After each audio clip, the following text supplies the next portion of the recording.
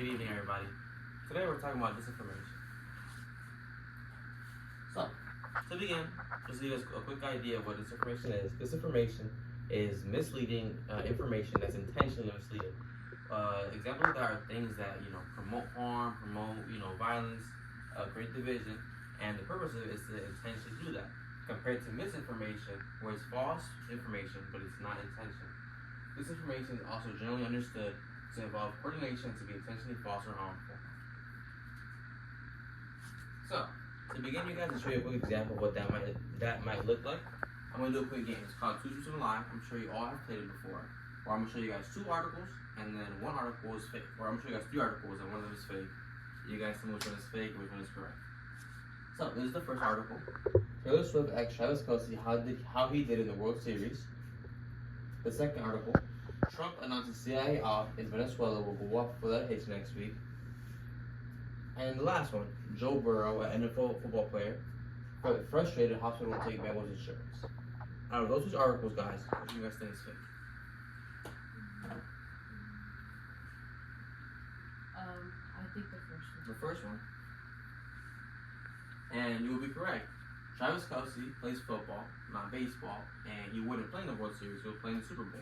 However, guys, they're all fake. They're all fake stories, and this is a little joke. They're not serious. It's not there's no intentionality behind it. They're just fake stories. However, whenever you think about it, if somebody want to make a story about, let's go back here and say, Taylor Swift leaves Travis Kelce because he's annoying, or he's this, or he's that. That's fake information. And if somebody would make a story like that, when they talk about somebody intentionally just to, create a false narrative with no facts, no nothing, that's wrong. And that's what disinformation is. Just to give you guys a quick idea, a quick little, just picture so you guys understand. So, real quick, this is just my, overarching thesis for the project. Disinformation on social media, online articles, or other outlets is dangerous. It can cause confusion, mass division, and harm. To fix this issue, we need better education about spotting false information, more responsibility from social media platforms, and stronger rules to limit the spread of its lies online.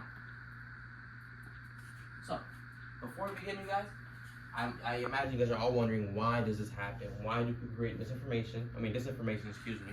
And like I touched on that earlier, in the beginning, they do this to, create division, harm, and just, to push narratives and different agendas.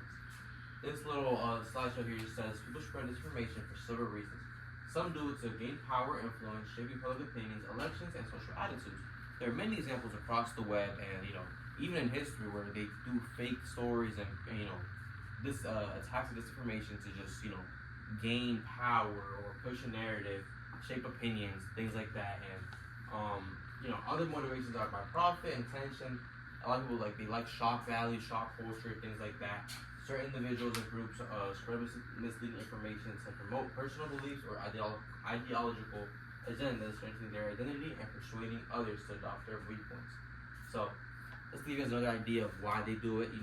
Why they go out of their way to disinform people and to create this division, this ideology or whatever.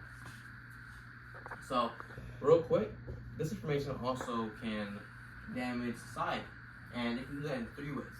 So, first way is in politics. If you hear a story about a representative that did X, Y, and Z, you might hear that and think, wow, that's terrible. It might affect you in your health when it comes to vaccines, getting shots, stuff like that, and also with technology. So I have three different stories. One is from BBC, one is and the other two are from journalists that have years of experience in their field and are highly respected. The first one is about Russia in 2016.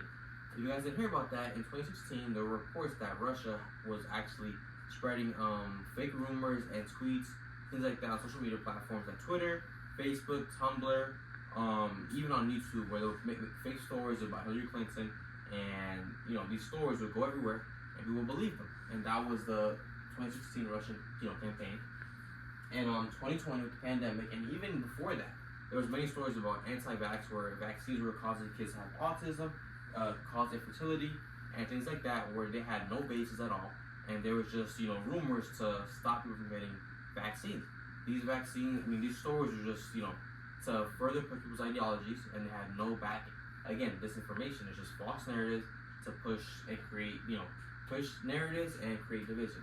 And then lastly, in technology, in the past year, there's things called deepfakes. You guys know what that is? It's a video where they can, use AI and other resources to, create videos or photos where they, put your face on something and make you say something or, something like that. And these realistic but false videos, images, or audio created using powerful AI and deep learning tools can convincingly alter someone's face or voice and make things that seem real but are truly fake. And they do these things to push narratives again. So, the causes of this, guys, are for algorithmic amplification, psychological and social factors, and then emerging technology and easy deception. So I'm not gonna read all of this. If you guys want, you guys could look it over real quick. But I'm just gonna summarize it all. And a thing I saw from BBC was that we all trust our family and friends. So when they send something to us that might contain false information, we're more likely to believe them, and then in turn share it to others that we trust. So that's kind of how it all spreads. If I send you something and you believe me, you're gonna believe that. You're not gonna double check that or fact check or anything like that, and that's dangerous, guys. So make sure that whenever you see a post online, you fact check it, you do your research, your due diligence, and you make sure it's just verify that. There's in the next thing I'll show you guys, these 5 questions to ask yourself. Is this content reliable? Who was the author? What are the sources of these claims? Is the information reliable? And how do I feel about the information? That comes from the World Health Organization. And they are a highly respected organization that has these things where they, show you what to do in certain scenarios. And this is one of them, where they show you what to do when it comes to disinformation. So, in conclusion, you guys, disinformation is not one group's problem. Individuals, platforms, and governments, it's all of our problems. We all play a role in solving this problem, and we need to be proactive, because if not, we're going to be affected by it, guys. And just to recap it, call to action, guys. Together, we need to build a healthier information environment. Disinformation threatens democracy, public health, and interest in society. It spreads across social media and digital platforms, creating confusion, division, and real-world harm. And again, guys, we all just need to be proactive, do our part, and just simply, be informed about the information. Thank you.